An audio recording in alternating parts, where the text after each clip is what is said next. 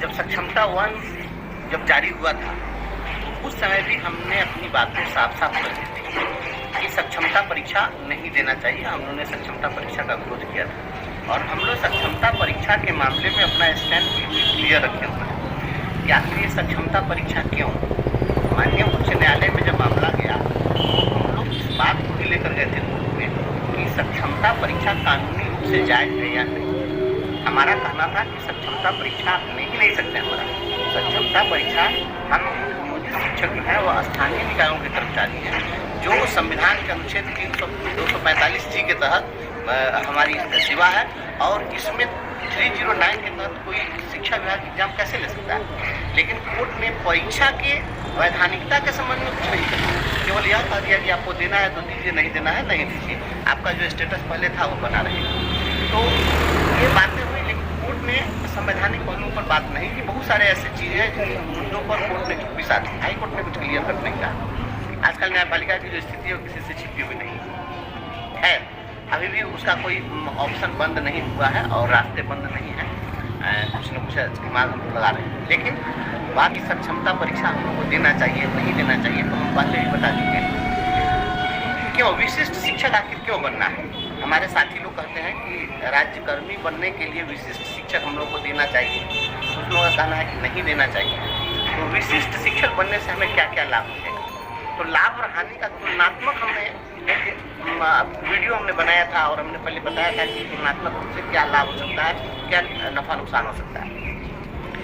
जो एक राज्यकर्मी होता है उस राज्यकर्मी को क्या चीजें मिलती है, पहले इस बात को। राज्यकर्मी है उन सुविधाओं में राज्यकर्मी को सेवानिवृत्ति के उपरांत एक राज्यकर्मी को 4 चीजें मिलती है, जिसमें उनका ईएल होता है, ग्रेजुटी होती है, ग्रुप लाइफ इंश्योरेंस होता है और जीपीएफ होता है और उसके बाद बचता है पेंशन। ये मुख्य रूप से यही फैसिलिटी राज्यकर्मी की है जिसकी हमारी जो लड़ाई है वह किस तरह से चल रही है। आपको ईपीएफ का जो लाभ मिला, बिहार के तमाम साथियों को मैं फिर से रिकॉल करा देना चाहता हूँ। यह ईपीएफ का लाभ किसी तरीके से मूल रवैये से आपको नहीं मिला था। यह ईपीएफ के लाभ के लिए 2016 में ही 8910 हमने केस दर्ज किया था हाईकोर्ट में और ईपीएफ ने बजाबता ईपीएफओ ने यह खुद से जाकर काउंटर एफिडेविट दिया कोर्ट में और कहा कि नहीं ये को ईपीएफ का लाभ मिलना चाहिए। तो आज आपको ईपीएफ का लाभ मिला। इस तरीके से नहीं था, वो कहीं ना कहीं हम लोग का विजन था। तो ईपीएफ का लाभ आपको मिला। जब आप जाएंगे राज्यकर्मी बनेंगे तो उसमें जीपीएफ लोग कटवाते हैं, लेकिन अब तो जीपीएस भी नहीं, अब तो एनपीएस है।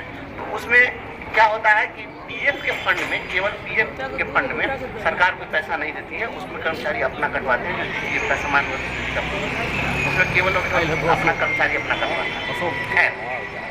रही बात आपको ग्रेजुटी की, तो हमने आपसे वायदा किया था कि आपको हम ग्रेजुटी का लाभ दिलवाएंगे और वह दिन दूर नहीं है। सोमवार को माननीय उच्च न्यायालय में हमारे केस की सुनवाई है। पिछले दिनों जो सुनवाई हुई है उसमें कोर्ट का जो सख्त था और यह एक सेंट्रल लेजिस्लेचर नगर निगम के डेली वेजेज वर्कर को भी आपको ग्रेजुटी का लाभ देना होगा। ग्रेजुटी का लाभ आपको मिलेगा। अब जो लोग विशिष्ट शिक्षक बनने के बाद संवर्ग हो जाएंगे, यूनिफाइड डिस्ट्रिक्ट कैडर के आप टीचर हो जाएंगे। तो जैसे ही आप नए डिस्ट्रिक्ट कैडर में जब जाएंगे तो आपके सेवा की गणना नहीं, तो पूर्व के सेवा की जब गणना नहीं हो तो जब आप रिटायर करेंगे तो जो 20 साल से काम कर रहे हैं इन 20 वर्षों के सेवा के आधार पर आपको मिलने वाली ग्रेजुटी का स्पष्ट रूप से नुकसान होता हमको दिख रहा है। हम 20 वर्ष सेवा कर लिए और आज से हमारी नई सेवा स्टार्ट होगी, तो 20 वर्षों के लिए हमारा जो कम से कम 10 माह का जो ग्रेजुटी मिलता है रिटायरमेंट के टाइम में, तो वो तो हमको नहीं मिलेगा। ये तो हमारा नुकसान है। तो मुझे लगता है कि ग्रेजुटी के मामले में हमारा नुकसान हो जाएगा, सीनियरिटी के मामले में हमारा नुकसान हो जाएगा, क्योंकि जब यूनिफाइड कैडर बनेगा तो उस कैडर में जाने के दिन से फिर हमारी सीनियरिटी का निर्धारण किया जाएगा, तो हमारी सीनियरिटी का नुकसान हो जाएगा। प्रमोशन की जो हमारी बातें हैं वो प्रमोशन के लिए हम कोर्ट में केस कर रहे हैं। आज कल तो हो जाना है। अभी जो लग रहा है कुछ पैसा बढ़ जाएगा तो मात्र 320 रुपया हम लोगों को बढ़ेगा, तो 320 रुपये हम लोग को बढ़ जाएंगे और 320 तरह की क्या 320 तरह की परेशानियों के को लेकर के इसके साथ साथ आप क्या 320 रुपये का फायदा लेना चाहेंगे आर्थिक रूप से, और वो भी फायदा कब तक, जब तक कि हमारा प्रमोशन नहीं हुआ।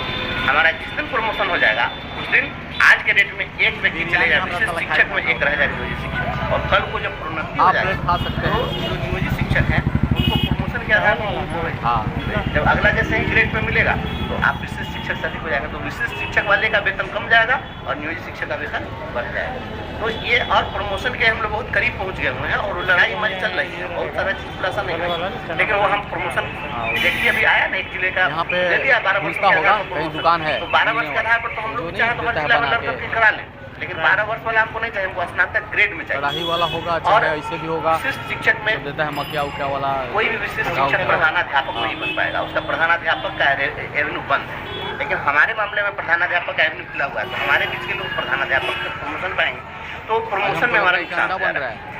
रही बात ईएल की, तो ईएल हम लोगों को 300 दिन मिलता है, हम लोगों को 200 दिन मिलता है स्टोर करने के लिए।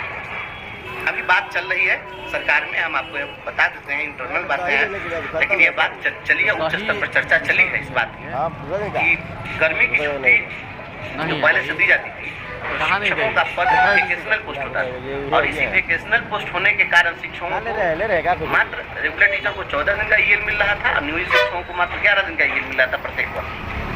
तो यह चर्चा चली है, पूरे स्तर पर लोगों ने बात की कि भाई जब आप काम लीजिएगा तो उसको ईएल बराबर क्यों नहीं दीजिएगा। तो अन्य राज्यकर्मियों को 33 दिन का ईएल मिलता है, तो ईएल का लाभ हमें भी मिलेगा और उस ईएल के बदले में पैसा भी देने की बात हो रही है, निश्चित रूप से ये चीज़ भी मिल जाएगा। तो भाई उनसे पूछ लीजिए। और अब आई बात बच गई है पेंशन की, तो पेंशन पर हम आपको स्पष्ट कर देते हैं, एकदम स्पष्ट रूप से जान लीजिए, जो लोग भी 2012 में 34,540 बाई दे गाड़ी ने गिर गल बना तो हमला जी बता शिक्षक लोग वह एनपीएस के दायरे में थे। तो एनपीएस के दायरे में जो लोग थे उन लोगों को 10 वर्ष सेवा करने के बाद जब रिटायर हुए हैं, तो किन्हीं को 1700, किन्हीं को 16,000 रुपये का अनुदान करती है, उसमें भी पेंशन प्लान है। तो पूर्व से जो ईपीएफ का पेंशन प्लान है उसमें था कि 10 वर्षों तक अगर आपकी कटौती होती है तो न्यूनतम 1,000 रुपये आपको पेंशन दिया जाएगा ईपीएफ। लेकिन अब बात चली भारत सरकार में कि पेंशन जो है 1,000 रुपये देने का कोई मतलब नहीं है, 1,000 रुपये से क्या होगा। तो भारत सरकार ने फाइल बढ़ा दिया डिपार्टमेंट ने और इस पर बात हो गई है कि न्यूनतम पेंशन 7,000 रुपये दिए जाएंगे जिनका 10 वर्ष ईपीएफ में कंट्रीब्यूशन हो चुका है।